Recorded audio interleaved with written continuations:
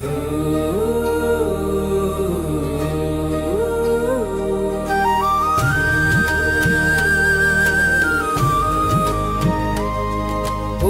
बाबा के प्यारे बच्चों,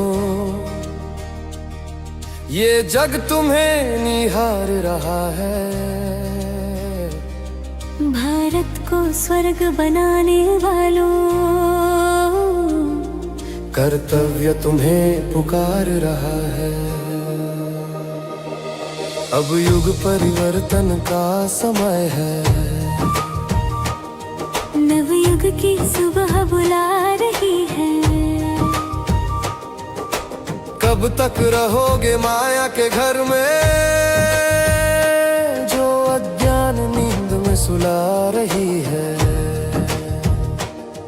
उठो चलो संगठित होकर, बाबा का ये विचार रहा है।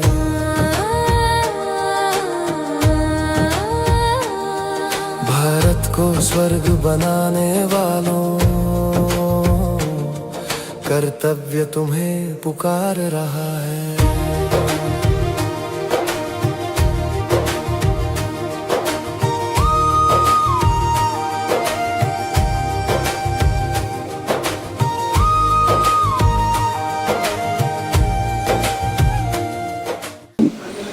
आज हम सभी प्रजापिता ब्रह्मा कुमारी ईश्वरीय विश्वविद्यालय के एक बहुत ही प्रसिद्ध सेंटर केजे कैंप में बैठे हैं और हम सभी यहाँ पर योग दिन का एक प्रोजेक्ट है रूहानी महफिल, आज उसके अंतर्गत हमारा मिलना हुआ है। जैसा कि हम जानते हैं कि किसी भी क्षेत्र में आगे बढ़ने के लिए एक एकता की यूनिटी की जरूरत होती है।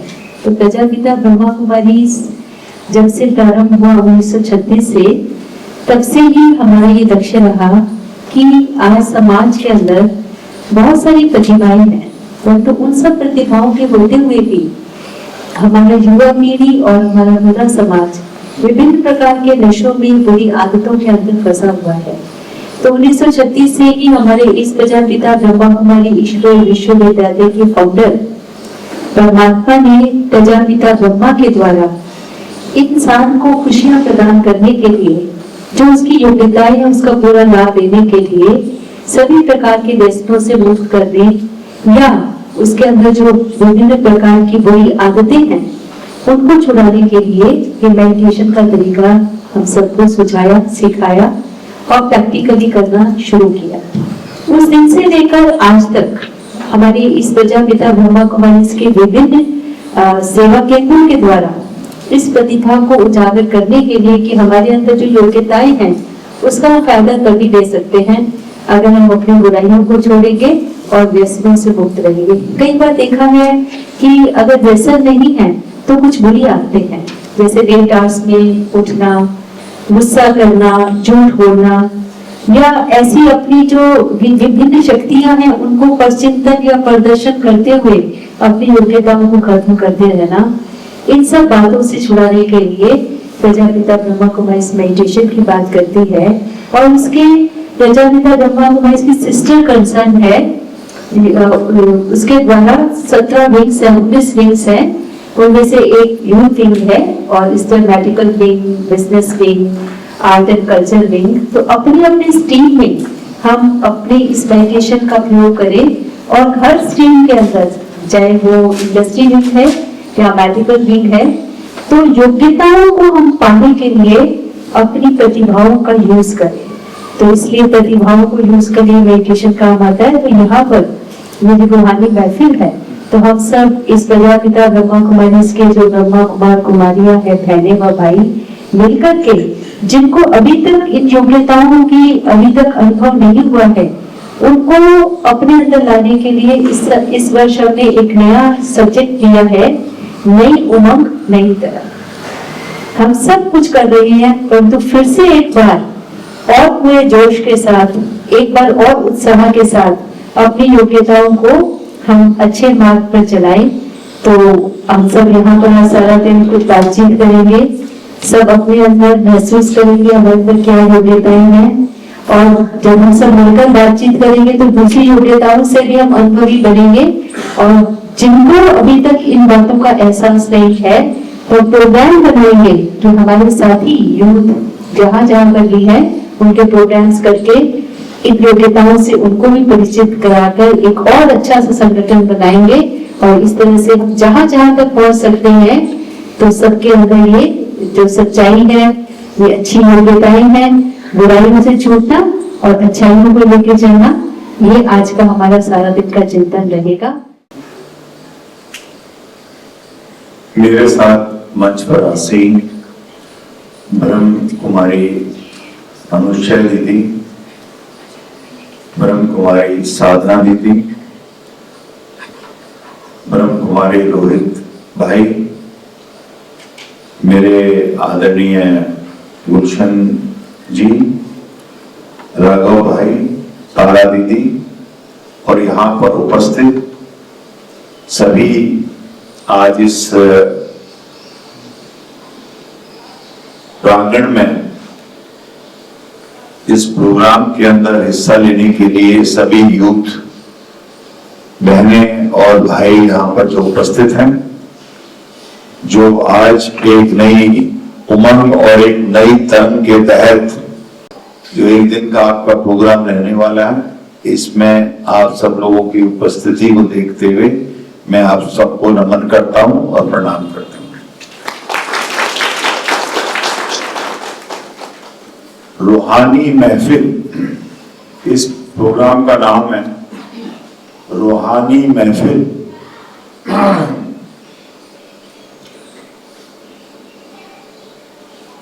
मुझे लगता है कि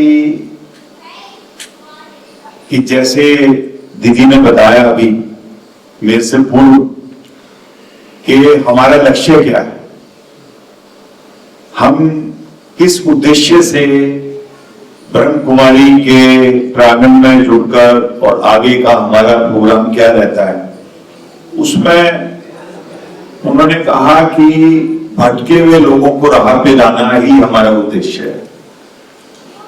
भटके हुए लोगों को राह पे लाने का उद्देश्य उन्होंने कहा जैसे नशा मुक्ति 1936 से ये संस्था शुरू हुई और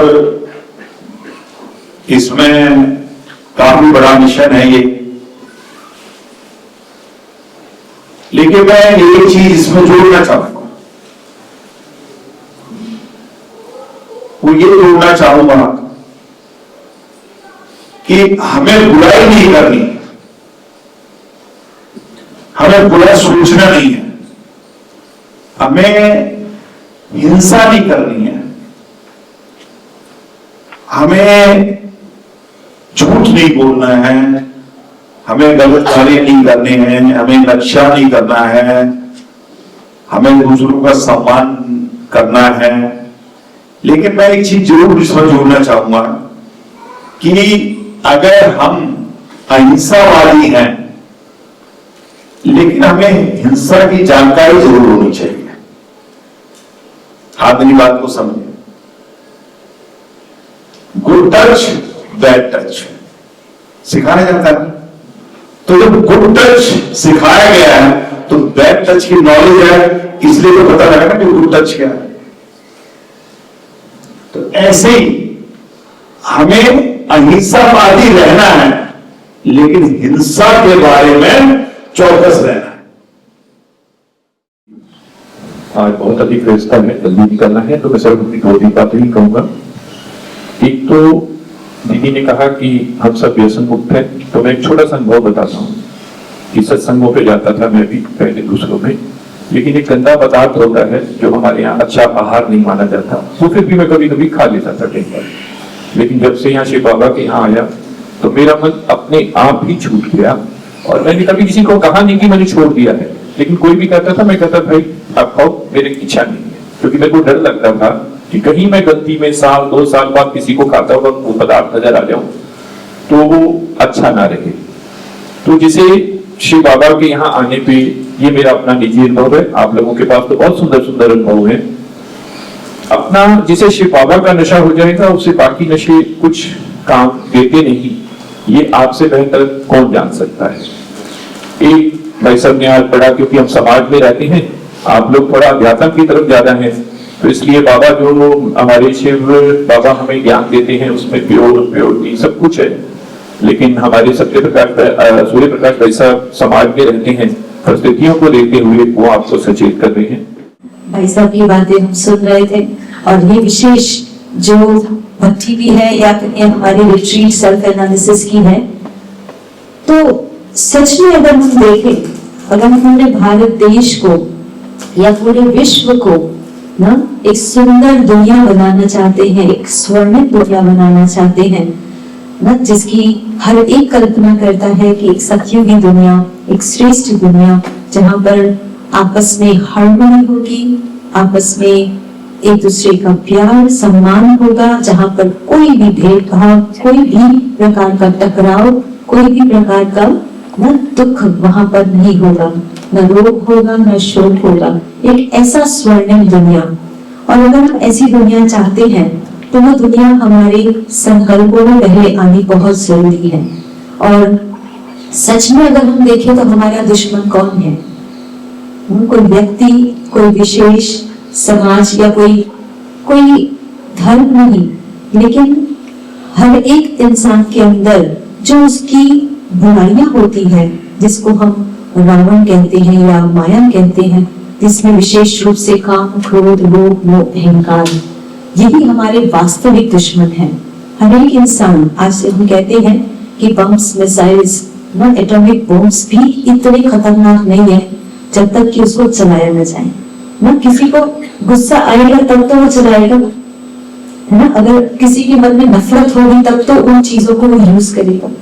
तो दिलों के अंदर प्यार, शांति, सद्भावना एक दूसरे के अंदर हम लाए और ऐसी लहर फैलाए पूरे विश्व में ना, कि प्यार और स्नेह और आशा की किरणें सबके जीवन के अंदर आए, तो ये शस्त्र भी ना जो है हमारे रूहानी शस्त्र बन जाएंगे, और ये रूहानी शस्त्र सच में बुराइयों का नाश करके एक सुंदर दुनिया का निर्माण करेंगे, जो हम सभी चाहते हैं कि जहां पर सब सुख से रहे, प्यार से रहे, सबका विकास हो और सब सशक्त हो। सेवा और योग की शक्ति से हर मन में दीप जलाना है, सत्य, शांति और प्रेम का फिर संसार यहाँ बसना है। हर कदम तुम्हारा कल्याण का जग ये अनुभव कर रहा है। भारत को स्वर्ग बनाने वालों, कर्तव्य तुम्हें पुकार रहे हैं।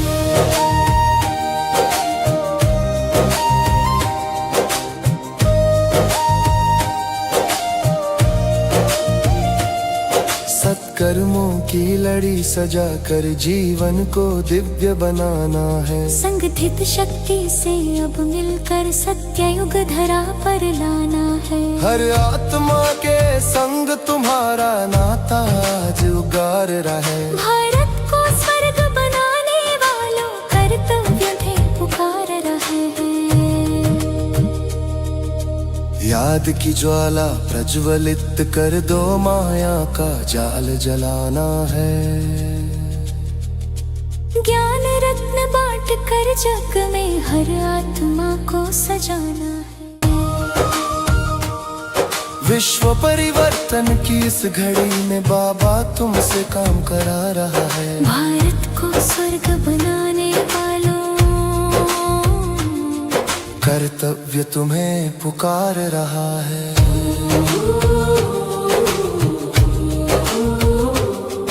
उठो बाबा के प्यारे बच्चों, ये जग तुम्हें निहार रहा है। भारत को स्वर्ग बनाने वालों, कर्तव्य तुम्हें पुकार रहा है।